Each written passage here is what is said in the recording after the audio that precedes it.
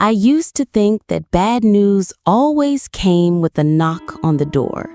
You know, like in the movies, a solemn officer, hat in hand, and a face that told you before he even said a word. But for me, it was the phone. It rang at 2:47 a.m. And just like that, life split into two parts, before the call and after it.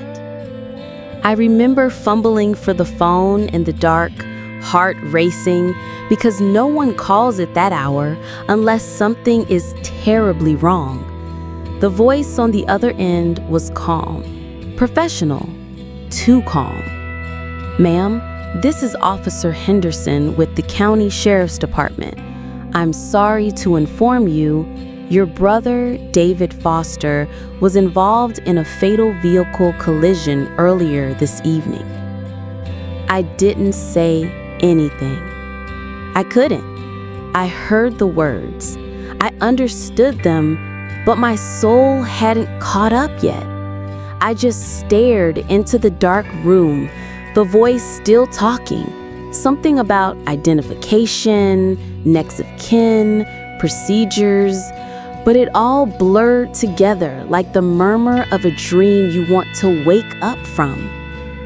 David, my big brother, gone. And just like that, my world collapsed into silence. David was 5 years older than me, tall, calm, and always a bit too gentle for the world. He was the kind of man who rescued stray dogs and remembered birthdays no one else did. He wasn't perfect. Lord knows he could be stubborn as a mule, but he had a good heart, the kind that you could lean on. And now, just like that, he was a statistic on a police report. They told me later it was a DUI case. A 22-year-old boy, barely a man, had been out drinking with friends. He got behind the wheel, ran a red light, and smashed into David's pickup truck at an intersection 3 blocks from his house. David died instantly. The kid, a few scratches and a broken arm.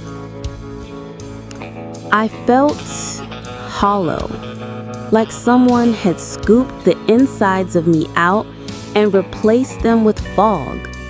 I didn't even cry right away. I just sat on my couch holding the phone, staring at a lamp that wasn't turned on.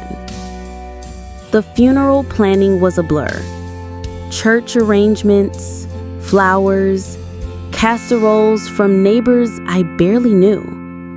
People saying things like, "He's in a better place now," or "God has a plan." I wanted to scream. I wanted to say, if God has a plan, why did it include this? I was angry, not just at the driver, not just at fate. I was angry at God. I remember kneeling at church a few nights after the service. It was quiet, candles flickering, the scent of old wood and incense clinging to the air. I closed my eyes and whispered, "Lord, I'm trying, but I don't understand. How am I supposed to forgive someone who took David away from me?" No answer came, just silence.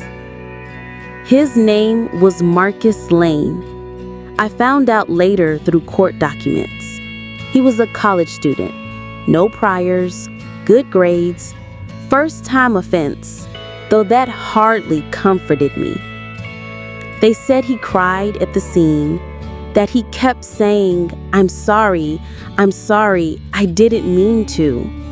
Well, neither did David. He didn't mean to die, and I didn't mean to lose the only family I had left.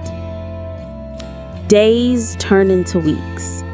I kept replaying the moment over and over. Not the crash, because I hadn't seen it, but the phone call. That exact moment, like a tape on loop. I'd wake up in cold sweats. I couldn't drive past that intersection. I couldn't even look at his photo on the mantle without my chest tightening up. Grief is strange like that. It's not loud, it's heavy. Like wearing wet clothes all day and pretending you're fine. Everyone expected me to be angry, and I was. But beneath the anger, there was something else. Confusion. Because the church had always taught us to forgive, turn the other cheek. Even Jesus forgave those who crucified him. But I wasn't Jesus.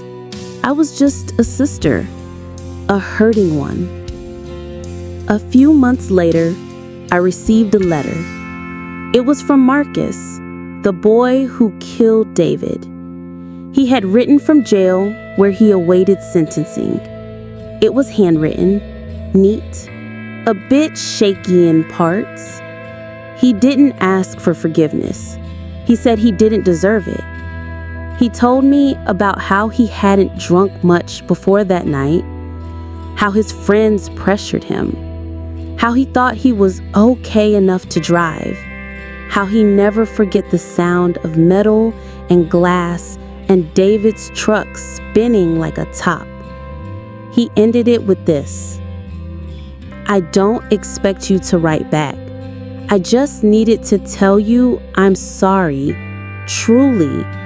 I'd give anything to undo what I did, but I can't. I read it 5 times, then burned it in the sink. But something about that letter stayed. Not because I forgave him, but because it was the first time I realized he was human too. That was just the beginning. His faith was solid until grief knocked on the door. If you've ever felt torn between what you believe and what you feel, stay with me, because the next part, that's when it gets real. If this story touches something in you, don't forget to share it with someone who might need it too. They say God sees everything. If that's true, then where was he when that car hit my brother? I asked that question over and over, at church, in the bathroom, while folding laundry, or standing over the stove cooking dinner alone. It was in the most ordinary moments that my mind screamed the loudest. Not because I didn't believe in God, but because I had believed so much. I grew up in church. Sunday dinners with the priest were a thing. I had the Lord's Prayer memorized by the time I was 6, and to this day, I still mumble it whenever I'm anxious, like some old habit I can't let go of. But now faith feels like a torn raincoat. I still wear it every day, but I no longer believe it keeps me dry. David was the one who used to take me to Mass every week when our parents were working. He believed in forgiveness so deeply, it sometimes annoyed people. Back in high school, someone stole his bike, then cried and apologized. David forgave him and even gave the guy his helmet. I used to tease him. You'd forgive a robber if he said sorry, wouldn't you? He'd just smile. Maybe I'd help him turn himself in, but yeah, I'd forgive him. I never thought I'd have to learn that lesson. Not until I got that letter from Marcus. I didn't tell anyone about the letter. Not my mom, not my husband. I'm not even sure if I kept it or burned it. In my mind, Marcus's handwriting is etched on the inside of my eyelids every night. I don't expect forgiveness, but I need you to know I can't move forward unless I say I'm sorry. I hated how honest he was. I hated how I started to believe him. And I hated myself for not knowing what to do with that. One quiet Monday morning, I sat alone in an empty church, soft light pouring in through the stained glass. I'd meant to read scripture, but all I did was stare at the crucifix. And I whispered, I'm not God. I don't want to forgive. I want him to hurt like I do. No one answered, but the silence held me there, as if it refused to let me drown in rage. A friend of mine, Sarah, had lost her 9-year-old daughter in a car accident. I went to see her. For the first time, I told someone about Marcus. She was quiet for a long while. Then she said, forgiveness isn't about erasing the pain. It's how we make sure it doesn't kill the rest of us. I asked, have you forgiven? She shook her head. A little at a time. Today, I forgive a little. Tomorrow, maybe a little more. I started writing a letter back to Marcus. Wrote it, tore it up, wrote it again, deleted the words. Not to forgive him, but to understand myself. I remembered once during a homily, the priest said, forgiveness isn't to set the other person free. It's to set yourself free. I used to think that was just a pretty saying, but now I'm starting to understand. Holding on to anger is like clutching a blade. The tighter you grip it, the more you bleed. I showed up at the trial intending to say nothing, but when I saw Marcus in that prison jumpsuit, hands shaking, acne-covered face, barely older than a high school kid, I didn't feel rage. I felt something worse. I felt sorrow. Not because I'd forgotten David, but because I saw a boy who'd wrecked his own life in someone else's, and he knew it. I didn't forgive Marcus that day. I didn't ask the court for mercy. But when I walked out of that courtroom, I felt lighter, like the anger had finally been named and set down. I stepped outside into the sun and whispered, David, if you can still hear me, help me forgive a little more each day. Forgiveness is the fragrance that the violet sheds on the heel that has crushed it. Mark Twain. I don't remember when the question first appeared in my head. If you were God, what would you do? Maybe it was the day I saw Marcus slump over in the courtroom. Or maybe it came in a dream, the kind where David still shows up, smiling at me on that old grassy hill. All I know is it kept repeating. That week, I didn't go to church. I didn't pray. I just existed. But it felt like living in a state of numbness, like my heart was wrapped in wool, still beating, still capable of pain, but everything felt muffled. I worked like a machine, answered emails, cooked dinner, cleaned the house. But every night, when the house felt quiet and the kitchen light turned soft and yellow, I'd sit alone, staring at my Bible without opening it. If you were God, what would you do? I tried to imagine. Would God be angry that someone like Marcus exists? Would God grieve watching David leave this world too soon? Would God forgive? I started reading the Gospels again out of old habit, but this time I wasn't looking for comfort. I was looking for answers. One night, I paused at the verse where Jesus says, "If someone slaps you on the right cheek, turn to them the other also." I let out a dry laugh.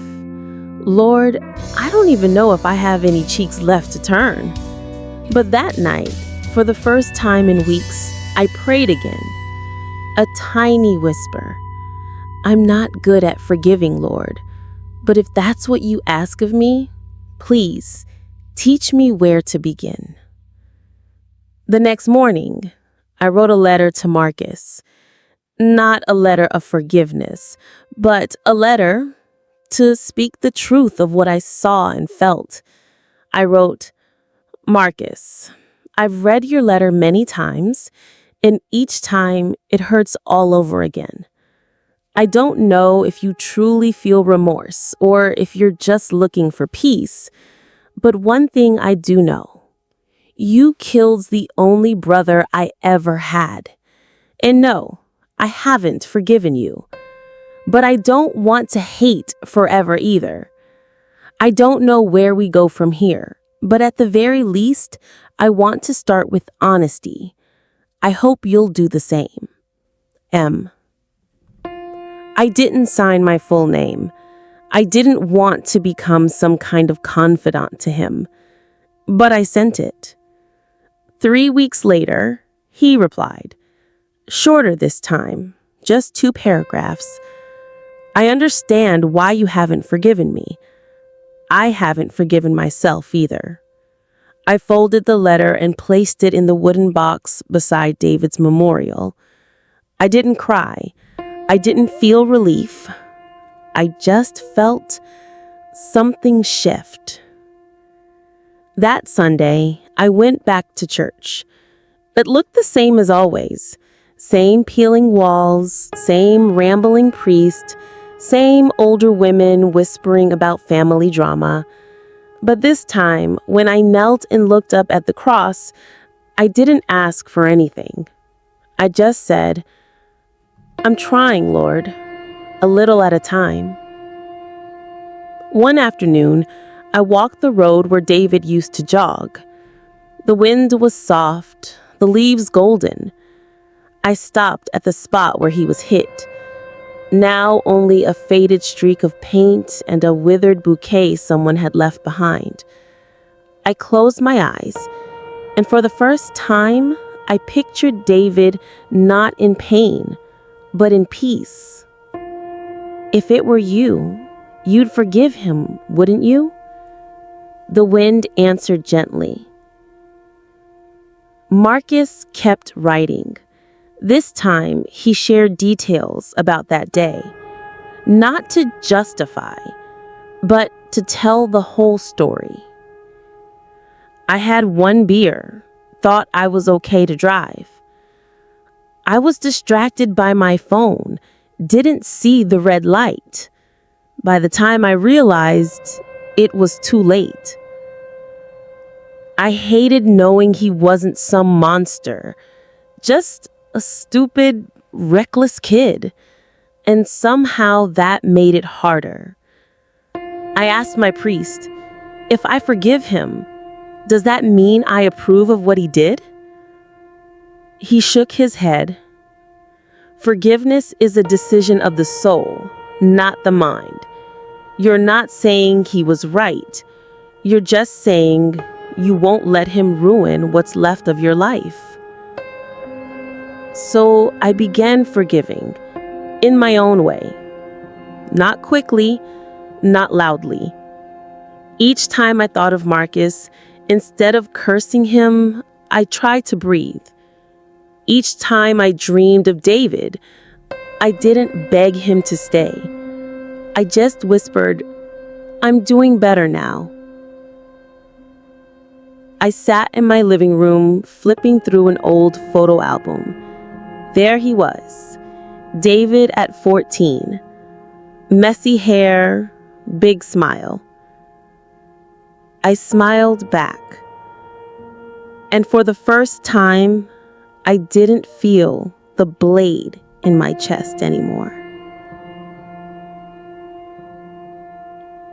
To forgive is to set a prisoner free and discover the prisoner was you. Louis B. Smedes. The letter sat on my kitchen table for 3 days. It was just a folded piece of paper inside a nondescript envelope. No return address, no scent, no blood, just ink and truth. But every time I looked at it, my chest tightened. The truth, it seemed, had a weight, and I wasn't ready to carry it yet. 3 days in, I finally opened it. Marcus wrote in simple sentences, as if afraid to say too much, or maybe afraid I wouldn't keep reading. I know you might not read this. I know you don't owe me anything. But I want to tell you something I've never told anyone. I stopped there. My hands trembled, not because of anger, but because, despite everything, I was listening. He told me what happened the night he hit David, but this time, he didn't just tell me the facts. He told me what he felt. I remember the color of your brother's jacket. It was blue. I remember the sound my car made when it hit him. I've heard it every night since. I wanted to get out and help, but my legs wouldn't move. I wasn't drunk. I wasn't high. I was just selfish. I thought if I stayed, my life would be over. But I didn't realize it already was. I folded the letter. Then I sat there in my quiet kitchen and whispered, I don't hate you, but I don't know if I can see you. I knew what the right thing was, but sometimes the right thing and the bearable thing are not the same. Sunday came. I stood in church during the final hymn and I thought of David. And I thought of Marcus, sitting in a prison cell with my brother's ghost. Lord, I'm not holy, but I want to be whole. Show me how. The following Thursday, I wrote him back. It wasn't a letter of forgiveness. It was a letter of choice. Marcus, I don't know if you deserve to be seen, but I've decided I need to see you.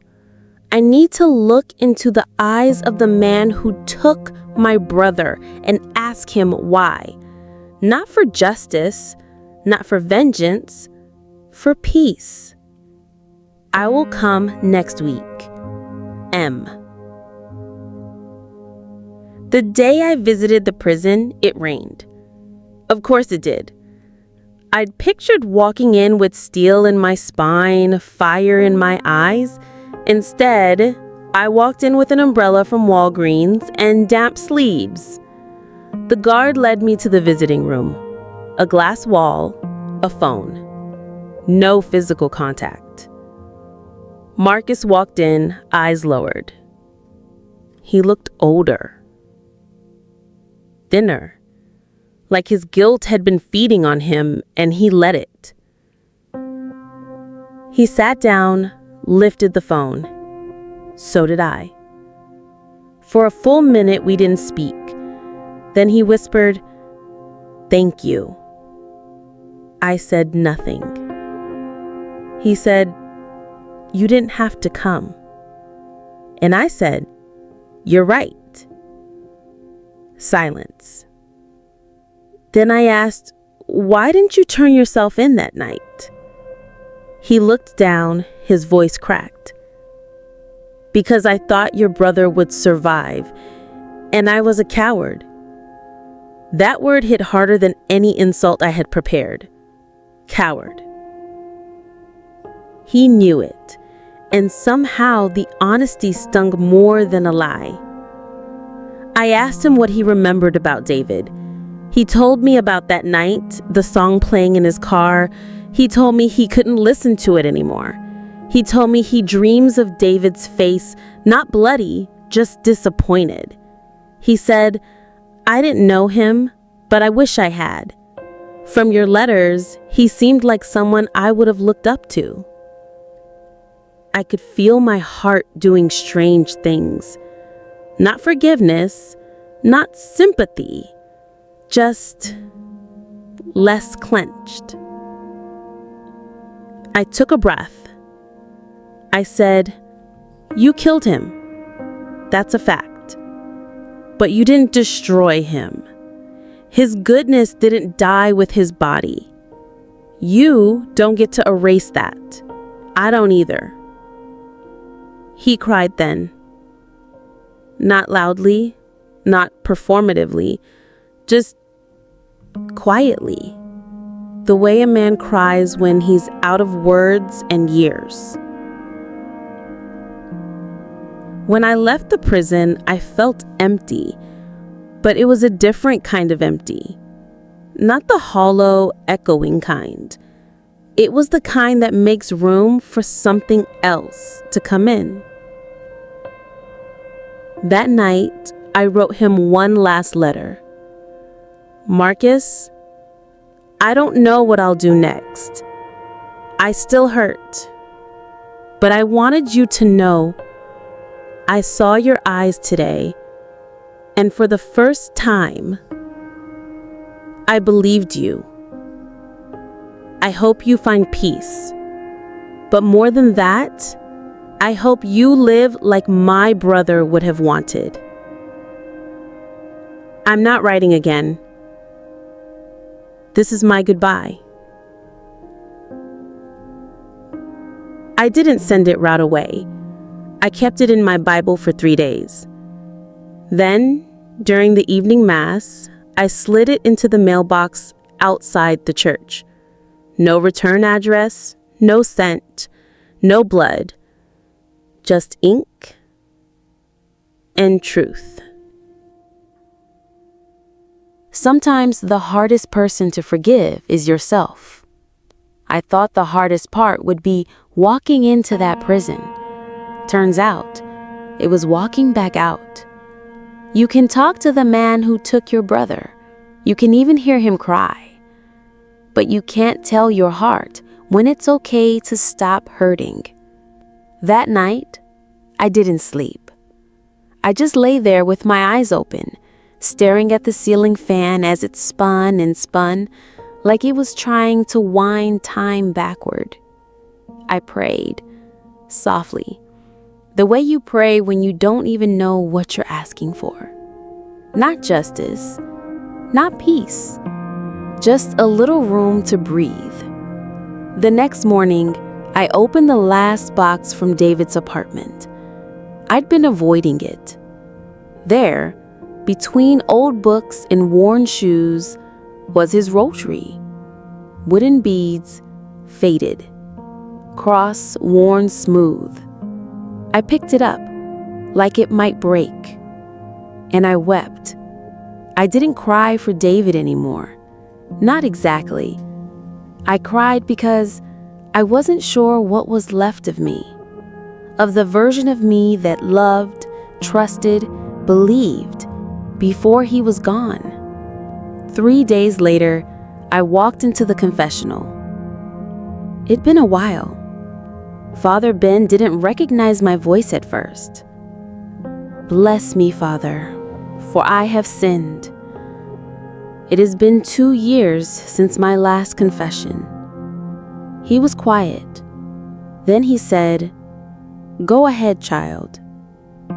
I told him everything, not just about David, about the hate, the rage, the hope, the prison visit, the letter I sent, the silence since. When I finished, there was nothing left inside me but breath. He waited, then said, "You're not wrong for feeling everything you feel. Forgiveness is not a switch. It's a road. But be careful not to walk it alone." I sat there quietly, then whispered, "What if I can't forgive myself for surviving him?" Silence. Then let God do what you can't. That night, I sat outside on my porch, rosary in one hand, coffee in the other. I remembered how David used to come out here in the mornings, even in the cold, and just be. No headphones, no phone. just wind and birds and breath. I closed my eyes and did the same. That was the first moment I felt him again. Not like a ghost, not like a memory, just the sense that I wasn't alone. 2 days later, I got a letter from Marcus. It was short. I understand why you won't write back, but I needed you to know something. The day you came to see me, that was the first day I felt human in years. I'm not asking for peace. I'm working for it. I didn't reply, but I folded the letter and put it next to David's rosary, because some wounds don't need to be reopened, but they do need to be honored. The church asked me if I wanted to speak at the grief support group. At first I said no. Then on a Tuesday, I said yes. There were 6 people in the room. 1 lost a daughter to cancer. 1 lost a husband to suicide. 1 lost her parents in a fire. I sat there, listening, holding my hands tight in my lap. Then they asked me to share, and I told them the truth. My brother died in an accident, but for a long time, I felt like I died with him. I thought anger would keep me warm, that revenge would give me something back. But all it gave me was silence and a mirror I couldn't look into. Forgiveness didn't come from writing a letter or visiting a prison. It came when I stopped trying to rewrite the story and started living mine again. Someone cried. I didn't know who. Maybe it was me. Afterward, a woman in her 60s came up and hugged me. She didn't say a word, but I felt her, and I thought, maybe that's what healing looks like. Not fireworks, just presence. One morning, a few weeks later, I walked past the old school David used to teach at. They'd planted a tree in his memory. The plaque read, "In memory of Mr. David Marino, who taught us how to grow." I touched the bark, whispered, "You're still teaching." And for the first time in years, I smiled. When I finally let go, I didn't fall, I rose. It wasn't a dramatic moment. No music, no epiphany under the stars. Just laundry. I was folding a pair of David's old jeans I'd kept in the bottom drawer, and for the first time in 3 years, I didn't cry. I didn't even pause. Just folded them like they were any other fabric, then laid them in the donation box. I know that sounds small, but healing doesn't shout. It whispers. The grief didn't disappear. It just learned how to take its shoes off when it entered. I started gardening again. My basil died twice, but the lavender bloomed, and that was enough. Some mornings, I still reach for my phone and almost text David when I hear something ridiculous in the news. Then I laugh to myself and whisper, "Bet you'd have something to say about that." The ache, still there, but the bitterness is gone. And Marcus, I haven't heard from him since his last letter, but that's okay. I wrote something down in my journal the other day. Justice may be a moment, but peace is a practice. I still believe that. I took a trip to Taos, New Mexico, by myself. I sat in the chapel at San Francisco de Assis and just listened. Not for voices, not for signs, just for breath. The quiet kind that fills you back up. I lit a candle for David, then one for Marcus, then one for me. 3 flames. One past, one loss, one life still unfolding. I got coffee with Father Ben last week. He asked me how I've been. I said, I still miss him, but I don't need to be angry anymore. He nodded. That's when you know you're healing. When your pain stops needing an audience. That night, I sat on my porch again, the same one where David used to sip his morning coffee. Only this time, I wasn't looking for ghosts. I was watching the sky turn violet. You'd be surprised how beautiful silence can be when you stop fearing it. Someone asked me recently if I forgave Marcus. I said, I forgave myself for needing revenge. And that was enough. I volunteered to help tutor kids at the local church school. I'm not trying to do good to balance the scales. I just miss teaching. And it feels like carrying David's flame a little further. One little boy named Noah asked me, "Do you have a brother?"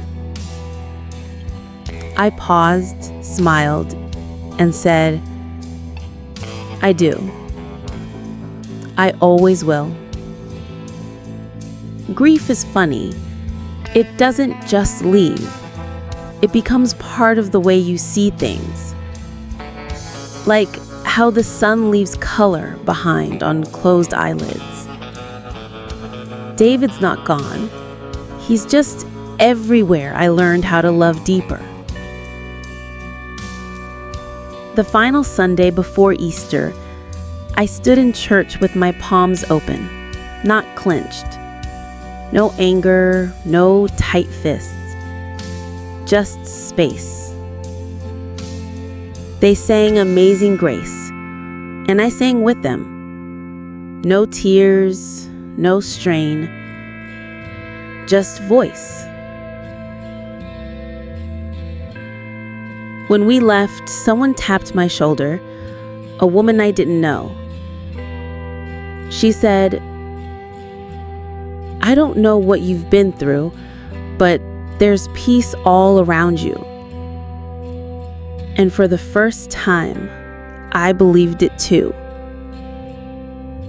This isn't a story of happy endings. It's a story of continuing. Because healing isn't the finish line. It's the road you walk, barefoot and slow. And now, I'm walking it freely. I'm not better than who I was when I lost David, but I'm more honest about who I am now. And that's something worth being proud of. If you're still grieving, still hurting, still angry, don't rush it. But don't stop showing up. Your freedom isn't waiting at the end. It's born every time you choose love over revenge, grace over guilt, stillness over noise. So tonight, I'll say what I say every evening, sitting on this porch. Good night, David. I'll see you in the lavender. And then I'll turn out the light. Not every story ends with a miracle. Sometimes the miracle is just surviving it. If this journey made you pause, reflect, or feel a little less alone, then it did what it needed to do. I hope David's story, and hers, helped you see that forgiveness isn't weakness. It's choosing peace over the past. Don't forget to like, subscribe, or share if this meant something to you. And wherever you are, I hope tonight you find a little lavender in your own stillness. Sleep well.